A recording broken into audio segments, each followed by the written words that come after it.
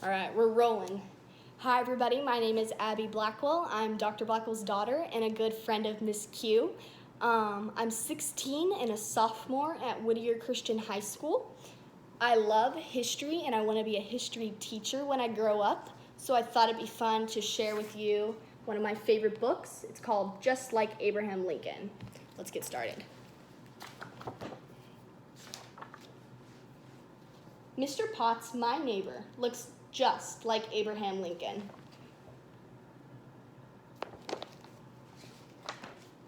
Everyone says so. Everyone says it's amazing how much Mr. Potts looks like Abraham Lincoln. Everyone says Mr. Potts looks as much like Lincoln as Lincoln on a penny, maybe even more.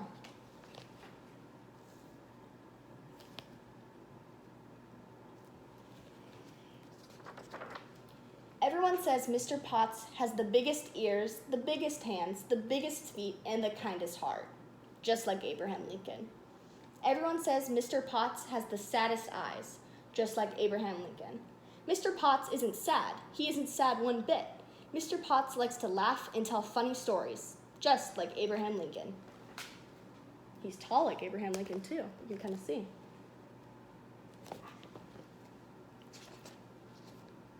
Mr. Potts will help anyone or anything in need. It could be a bird with a broken wing. Mr. Potts will know what to do to make it better. He'll set its wing with cardboard and tape. He'll nurse the bird, bring it food, and watch over it till the wing is mended. Then he'll take it back to the place where it was found and say, "Fly, little bird, you are better, you can fly again."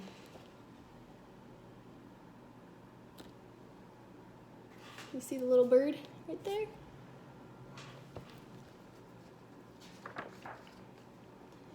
I like to walk with Mr. Potts. We talk and we talk. We talk about trees. Trees gives us paper for books. Trees gives us wood for our furniture and toys. Trees give us food.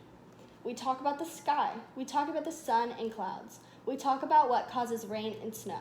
We talk about the wind.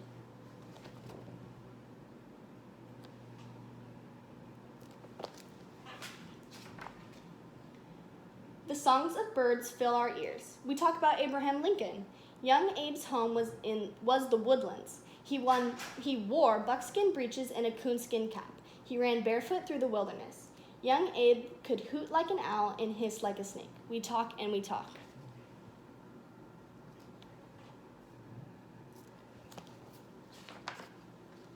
Mr. Potts collects things like old letters, pictures, maps, a pair of spectacles, all from Lincoln's day. He even owns a stovepipe hat and a frock coat just like those worn by Abraham Lincoln. You can hide secret messages in the stovepipe. Lincoln did. Mr. Potts reads every chance he gets, just like Abraham Lincoln. Abraham Lincoln said, "The things I want to know are in books." Mr. Potts told me he said that. Mr. Potts says the poorest among us can have books.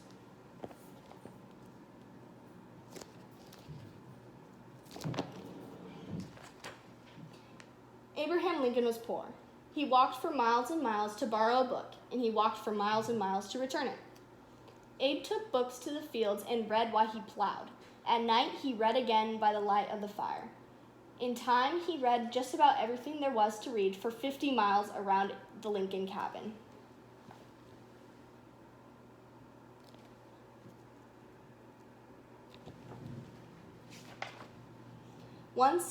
On summer evenings, children gather around Mr. Potts and ask to hear stories.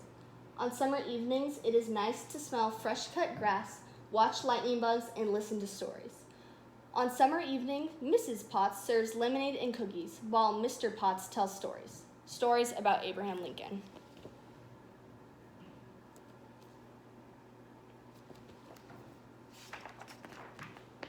In school, we have been learning about Abraham Lincoln.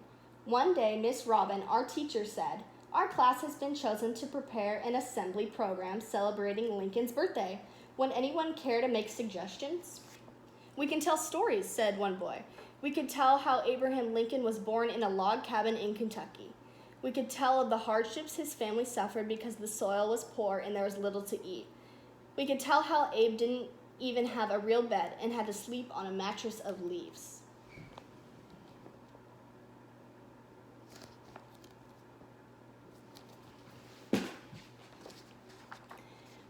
We could tell how Abe helped out with chores, said another boy.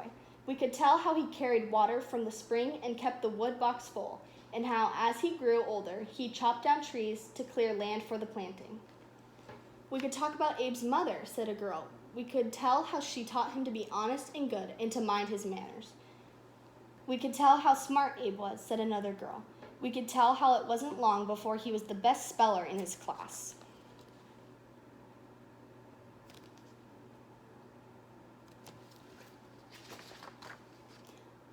I have a suggestion, I said to Miss Robin after class, but I have to whisper it.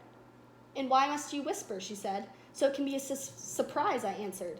A wonderful surprise for everyone. Very well, she said, whisper it. So I whispered it. Miss Robin smiled. That would indeed be a wonderful surprise, she said, and a wonderful experience as well, provided Mr. Potts is willing. Mr. Potts was willing. You could wear your stovepipe and frock coat, I said.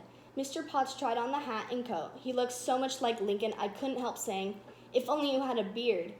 Do you know, said Mr. Potts, I've always wanted a good reason for growing a beard. I think he's going to grow a beard.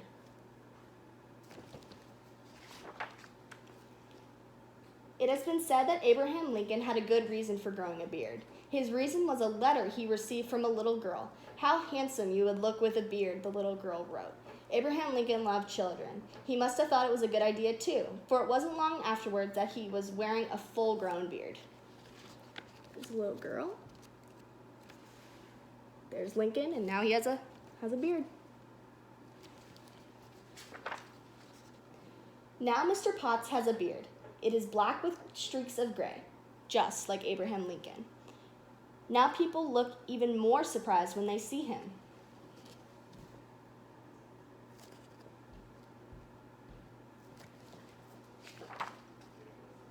On the morning of Lincoln's birthday, Mr. Potts stepped out of his house, dressed in his stovepipe and frock coat, and drove away in a rush. He had a special appointment, a very special appointment.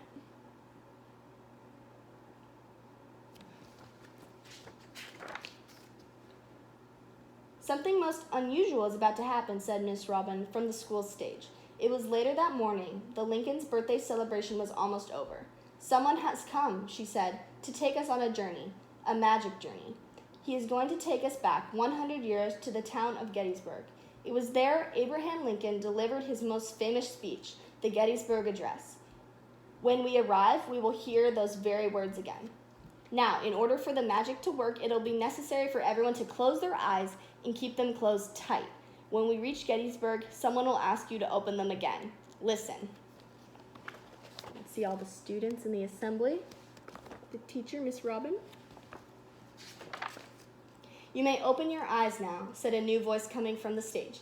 The children opened their eyes and were astonished at what they saw. Welcome to Gettysburg, said a tall, straight man with the face of Abraham Lincoln. A buzz ran through the audience. It's Abraham Lincoln, cried some. It's Mr. Potts, said others, smiling when they recognized him. Mr. Potts stepped forward on the stage and began to recite the famous speech. 7 years ago, Mr. Potts began. Suddenly we were in Gettysburg, 100 years ago, listening to President Lincoln tell us that America was conceived in liberty and all men are created equal. He told us never to forget the brave men who died to keep us strong and free, and we won't forget. We won't forget this day either.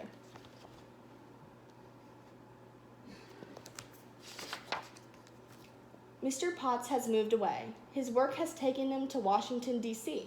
Mr. Potts is a lawyer, just like Abraham Lincoln. On the morning of the day Mr. Potts moved, I rang his doorbell for the very last time. Come in, he said. I've been waiting for you. I walked in. Packing cases were piled everywhere. I have something for you, said Mr. Potts.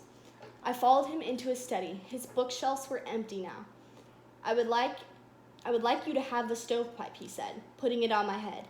The hat was big and covered my eyes. One day it'll fit you, said Mr. Potts. I would also like you to have this book about Abraham Lincoln's younger years. I have written something on the flyleaf. What does it say? I asked. It says, to a fellow Lincoln vow. What does it mean? I asked. It means to somebody who admires and is greatly interested in everything about Abraham Lincoln.